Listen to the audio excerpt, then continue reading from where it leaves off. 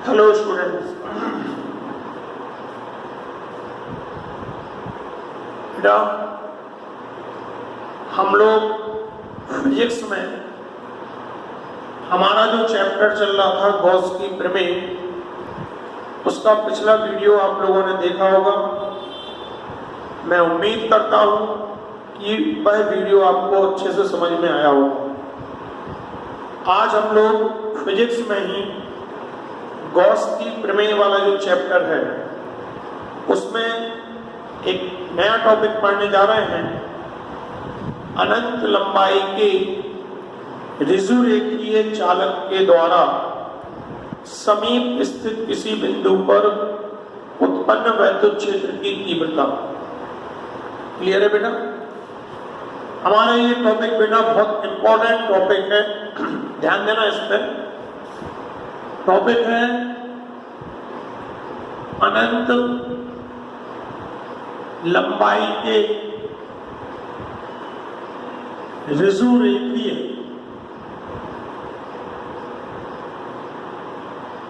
चालक के द्वारा समीप स्थित किसी बिंदु पर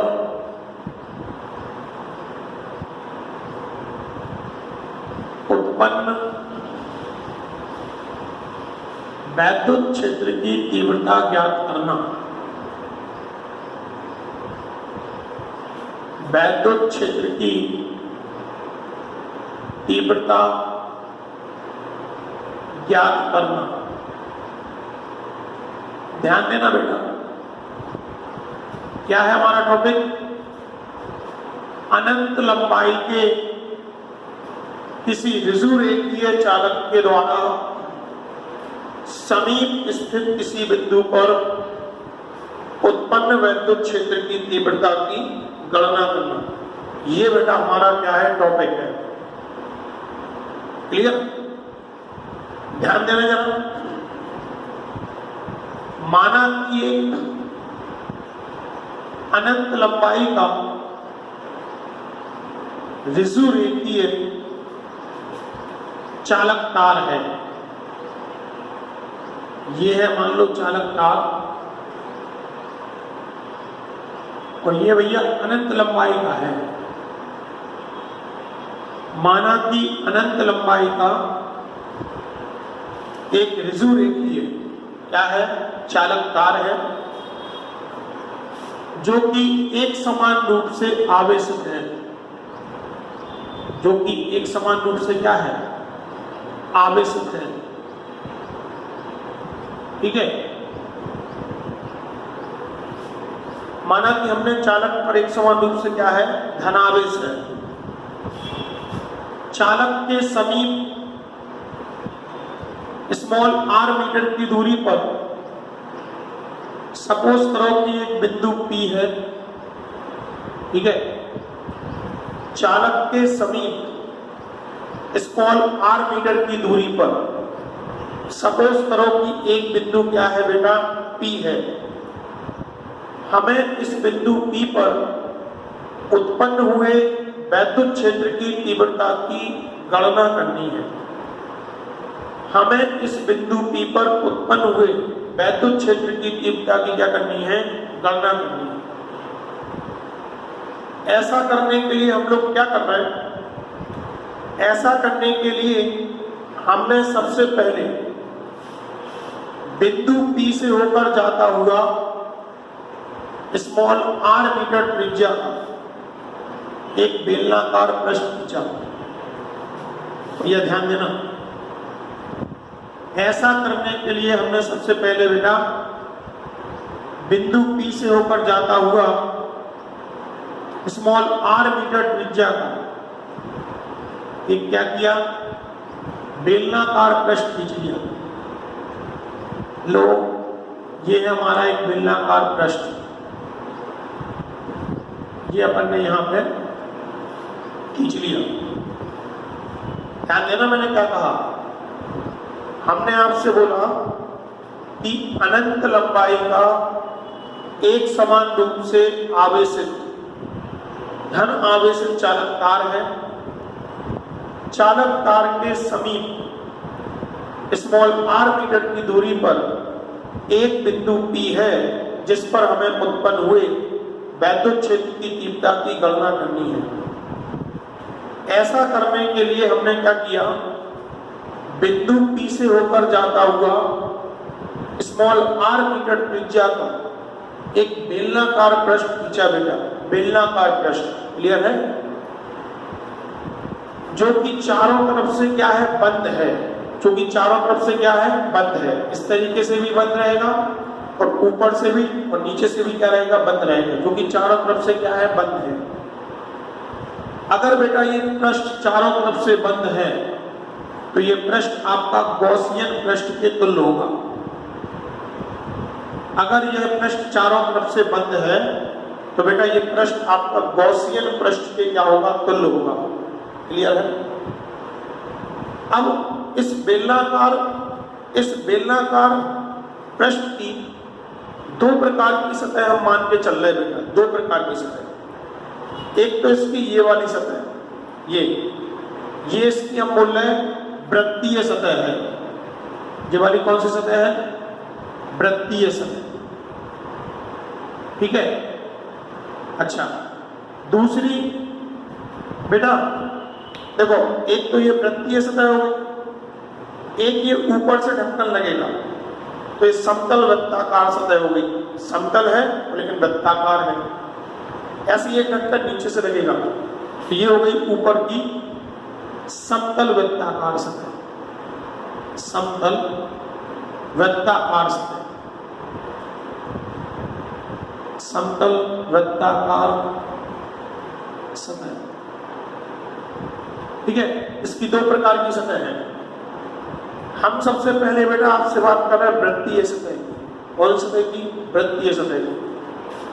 इसकी वृत्तीय सतह पर जितने भी बिंदु हैं, सभी बिंदुओं की तार से दूरी कैसी होगी, एक समान होगी। बेटा कोई भी बिंदु हो तो सभी बिंदु की तार से दूरी कैसी होगी, एक समान होगी। यदि सभी बिंदुओं की तार से दूरी एक समान है तो सभी बिंदुओं पर फिर विद्युत क्षेत्र की तीव्रता भी कैसी होगी, एक समान होगी। क्लियर है बेटा।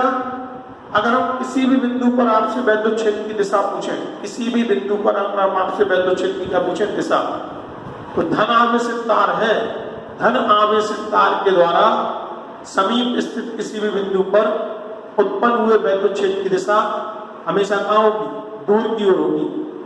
ये होगी वैद्युत क्षेत्र की दिशा, कहाँ की ओर बेटा, दूर की ओर। क्लियर है। अब हम लोग क्या कर रहे हैं कि बिंदु P के चारों ओर एक अति सूक्ष्म क्षेत्रफल को चुनते हैं। लो, हमने बिंदु P के चारों ओर बेटा एक अति सूक्ष्म क्षेत्रफल को चुन लिया। चुना गया है जो अति सूक्ष्म क्षेत्रफल है वेक्टर dA, ये बेटा समतल पृष्ठ के ही तुल्य होगा। आगे तुल्य होगा, समतल पृष्ठ के ही तुल्य होगा। अगर ये समतल पृष्ठ के तुल्य है तो इसकी भी अपनी क्या होगी, दिशा होगी। और इसकी दिशा क्या होती है, तल पर डाले गए लंब के अनुदिश, यानी कि इसकी दिशा भी बेटा यही होगी, इसकी ओर। इसकी दिशा भी होगी तल पर डाले गए लंब के अनुदिश, यानी कि ये, ठीक है। तो आप हमें इस अति सूक्ष्म क्षेत्रफल से संबंधित क्या बताओ, वैद्युत फ्लक्स बताओ। अगर हम आपसे इस अति सूक्ष्म क्षेत्रफल संबंधित वैद्युत फ्लक्स पूछें तो d phi e का जो मान होगा वो vector E dot vector dA के गुणनफल के क्या होगा, बराबर होगा।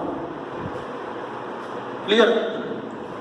अगर हम इसको ओपन करें तो d phi e बराबर क्या हो जाएगा, E dot dA cos theta हो जाएगा। चूंकि थीटा की वैल्यू कितनी है, 0 डिग्री, तब cos 0 का मान कितना होगा, 1। तब लेके d phi e का मान कितना आ जाएगा, d phi e का मान आ जाएगा E डॉट dA, समीकरण नंबर 1। क्लियर है। अब हम इस अति सूक्ष्म क्षेत्रफल के पास में एक और अति सूक्ष्म क्षेत्रफल को चुन ले रहे हैं। अगर हम आपसे पूछें कि आप हमें इससे संबंधित वैद्युत फ्लक्स बताओ तो इसका मान भी नहीं आएगा। अगर हम इसके पास में एक और अति सूक्ष्म क्षेत्रफल को चुन लें तो इससे संबंधित वैद्युत फ्लक्स भी नहीं आएगा। यानी कि हम आपसे ये कहना चाह रहे हैं कि अगर हम पूरे वृत्तीय पृष्ठ को, मतलब इस वाले पृष्ठ को, पूरे वृत्तीय पृष्ठ को इसी प्रकार के छोटे छोटे क्षेत्रफलों से मिलकर बना हुआ माने तो सभी पृष्ठों से संबंधित वैद्युत फ्लक्स लगभग इतने नहीं आएगा। क्लियर है? तब आप एक काम करो, पूरे वृत्तीय पृष्ठ से संबंधित आप क्या निकालो, कुल वैद्युत फ्लक्स निकालो। पूरे वृत्तीय पृष्ठ से संबंधित कुल वैद्युत फ्लक्स हम लोग लिख रहे हैं, चूंकि पूरे वृत्तीय पृष्ठ से संबंधित कुल वैद्युत फ्लक्स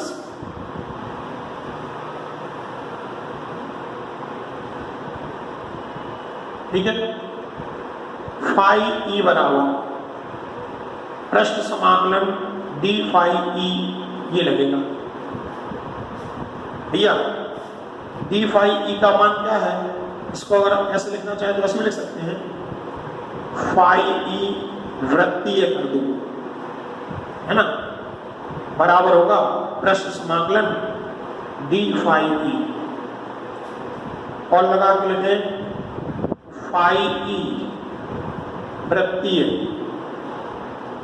बराबर हो जाएगा ई डॉट पृष्ठ समाकलन ई डॉट डी।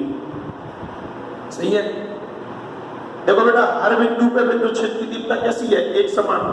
ई तो नियत है, अगर नियत है तो इंटीग्रेशन के साइन के बाहर आ जाएगा।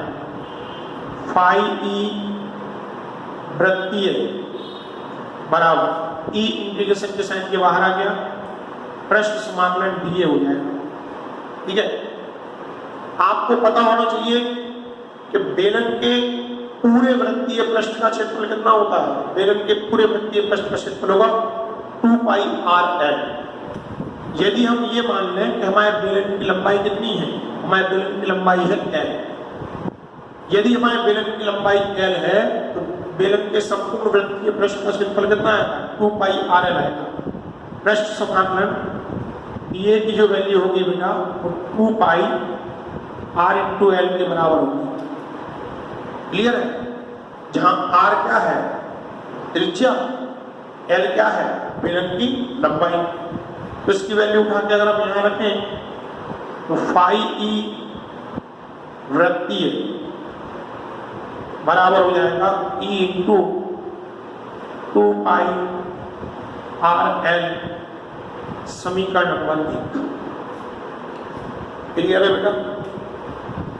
अब ये आ गया बेटा बेलन के पूरे वृत्तीय पृष्ठ से संबंधित कुल वैद्युत फ्लक्स। अब ये जो बेलन का ऊपर वाला पृष्ठ होगा ये तो बेटा पहले से समतल है। अगर ये समतल है तो अति सूक्ष्म क्षेत्रफल चुनने की कोई जरूरत नहीं है।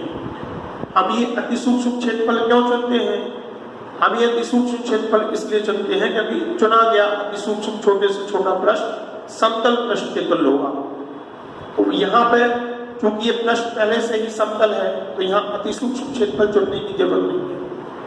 अपने मन से मान लो ये जो समतल पृष्ठ है इसका क्षेत्रफल है कैपिटल ए।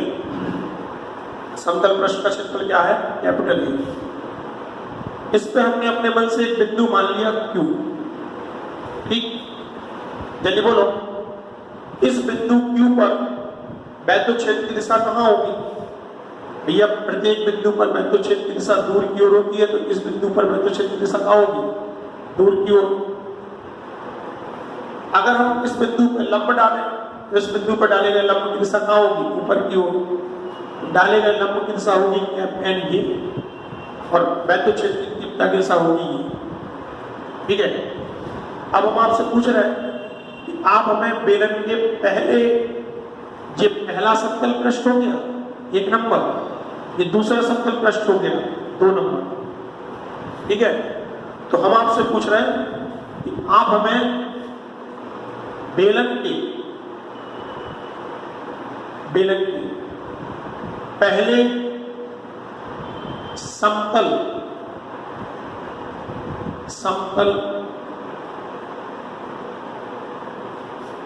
वृत्ताकार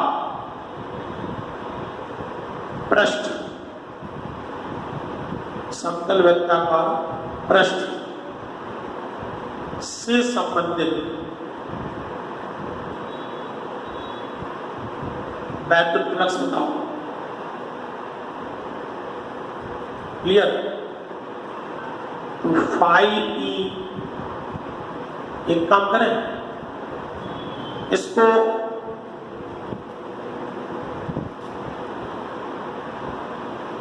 इसको अपन ऐसा मान लो फाई ई वन, ये है समतल वृत्ति, लेकिन इसको फाई ई वन कर लो, तो फिर इसको लिख सकते हैं फाई ई टू बराबर होगा vector E dot vector A बराबर होगा ई ए कॉस थीटा।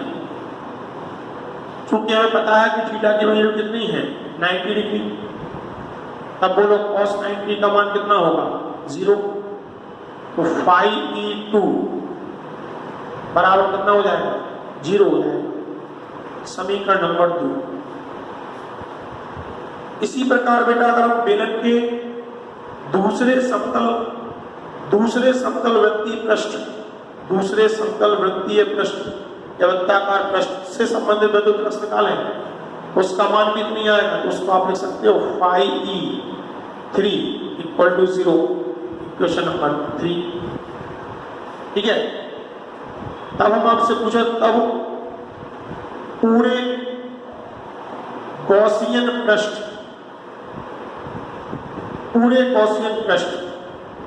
से संबंधित कुल वैद्युत फ्लक्स बताओ। क्या बताओ? पूरे गॉसियन पृष्ठ से संबंधित कुल वैद्युत फ्लक्स बताओ। अब कुल वैद्युत फ्लक्स फाई ई का जो मान है बेटा, फाई ई का मान वो फाई ई वन मतलब ये प्लस फाई ई टू, ठीक है, phi E two plus phi E three, तीनों के योग में क्या होगा बराबर, बोलो फाई ई बराबर जो है ई इंटू 2 पाई आर एल प्लस में 0 प्लस में 0, तो कुल वैद्युत फ्लक्स का मान कितना आ गया बेटा ई इंटू 2 पाई आर एल, ये आ गया इक्वेशन नंबर 4। ये अपन ने क्या निकाल लिया बेटा, ये अपन ने गॉसियन पृष्ठ से संबंधित कुल वैद्युत फ्लक्स का मान निकाल लिया। इतना आपको समझ में आया? इसको मैं थोड़ा हटा रहा हूं, ध्यान देना।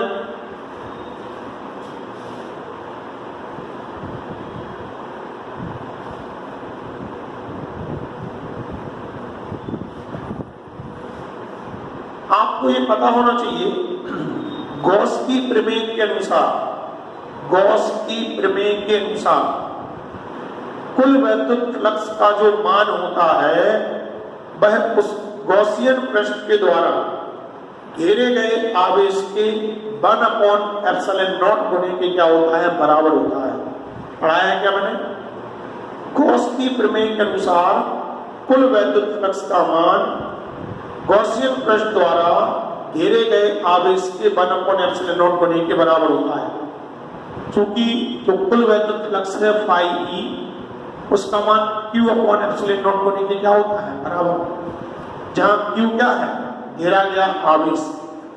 हमें सबसे पहले घेरे गए आवेश का मान चाहिए। घेरे गए आवेश का क्या चाहिए? मान। घेरे गए आवेश का मान निकालने के लिए देखो बेलन की लंबाई कितनी है L, आपने L लंबाई का बेलन खींचा है। L लंबाई का बेलन खींचने का मतलब है कि तार की L लंबाई घेरी गई है। L लंबाई का बेलन खींचने का मतलब है कि तार की L लंबाई घेरी गई है। अच्छा, तार तो अनंत लंबाई का है, लेकिन उसकी केवल कितनी लंबाई घिरी? L। हमें L लंबाई को उपस्थित आवेश चाहिए। बेटा आपने एक टॉपिक पढ़ा होगा रेखीय आवेश घनत्व। या रेखीय आवेश घनत्व। रेखीय आवेश घनत्व को हम लोग लैम्डा से लिखते हैं। लैम्डा बराबर होगा Q अपॉन में N। ठीक है, हम आपको थोड़ा समझा दे रहे हैं। यदि सपोज करो कि तार की L लंबाई पर Q आवेश है, सपोज करो कि तार की L लंबाई पर Q आवेश है। अगर L लंबाई पर Q आवेश है तो बोलो एकांक लंबाई पर कितना आवेश होगा? एकांक लंबाई पर आवेश होगा Q अपॉन में N। एकांक लंबाई पर उपस्थित आवेश, और तार की एकांक लंबाई पर उपस्थित आवेश की मात्रा को ही हम तार का क्या कहते हैं? रेखीय आवेश घनत्व कहते हैं। इसे हम बेटा लैम्डा से लिखकर क्या करते हैं? प्रदर्शित करते हैं। क्लियर हुआ आपको? यदि L लंबाई पर आवेश कितना है? Q, तो एकांक लंबाई पर आवेश कितना होगा? Q अपॉन में L। और एकांक लंबाई पर उपस्थित आवेश की मात्रा ही तार का क्या कहलाती है? रेखीय आवेश घनत्व कहलाती है। इस सूत्र से अपन Q की गणना कर सकते हैं। अगर हम आपसे पूछें कि आवेश Q का मान बताओ, तो आवेश Q का मान कितना होगा? यहां से और लगा के आप लिख सकते हो Q बराबर होगा L इंटू लैम्डा। ठीक है, तब बोलो फाई E बराबर क्या हो जाएगा? L इंटू लैम्डा अपॉन में एप्सिलॉन नॉट। ठीक है, ये क्वेश्चन नंबर 4, इसको दे दे क्वेश्चन नंबर 5।